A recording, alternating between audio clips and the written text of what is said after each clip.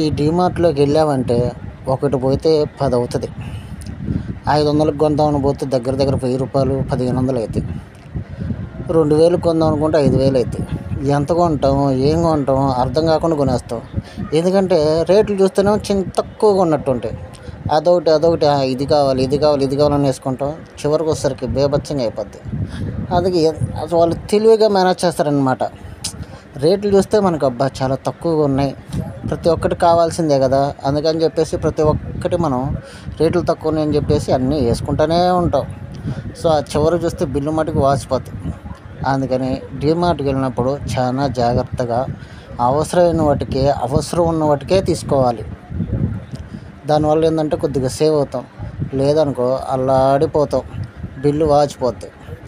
ఎందుకంటే రేట్లన్నీ అక్కడ పక్కగా రాసి ఉంటాయి కాబట్టి, ఒకటి అక్కడ కిటికీలు ఉండవు, డీమార్ట్లో వాచ్లు ఉండవు. మీరు గమనించారు లేదో, 3 ఫ్లోర్లు 4 ఫ్లోర్లు తిరిగేసరికి టైం తెలియదు. ఎందుకంటే ఏసీ చుట్టుపక్కల ఎటు తెలియదు, మనకు టైం తెలియదు, ఎంత అవుతుందో ఎంత సమయం గడుతుందో కూడా అర్థం కాదు. అందుకని చెప్పేసి డీమార్ట్కి వెళ్ళినప్పుడు పక్కా గుర్తుపెట్టుకోండి, ఏమేం కావాలో ఎన్ని కావాలో అవి మొత్తం క్లియర్గా రాసుకొని వెళ్ళండి.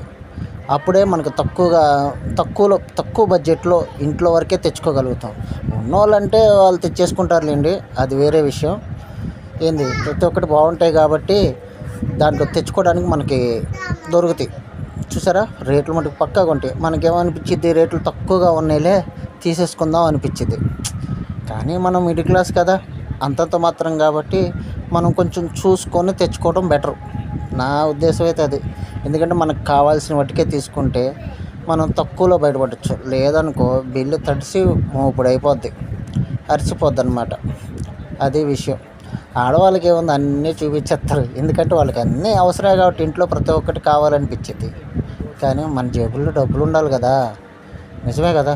ఈ ఛానల్ మీకు నచ్చినట్టయితే లైక్ చేయండి, షేర్ చేయండి. మనకు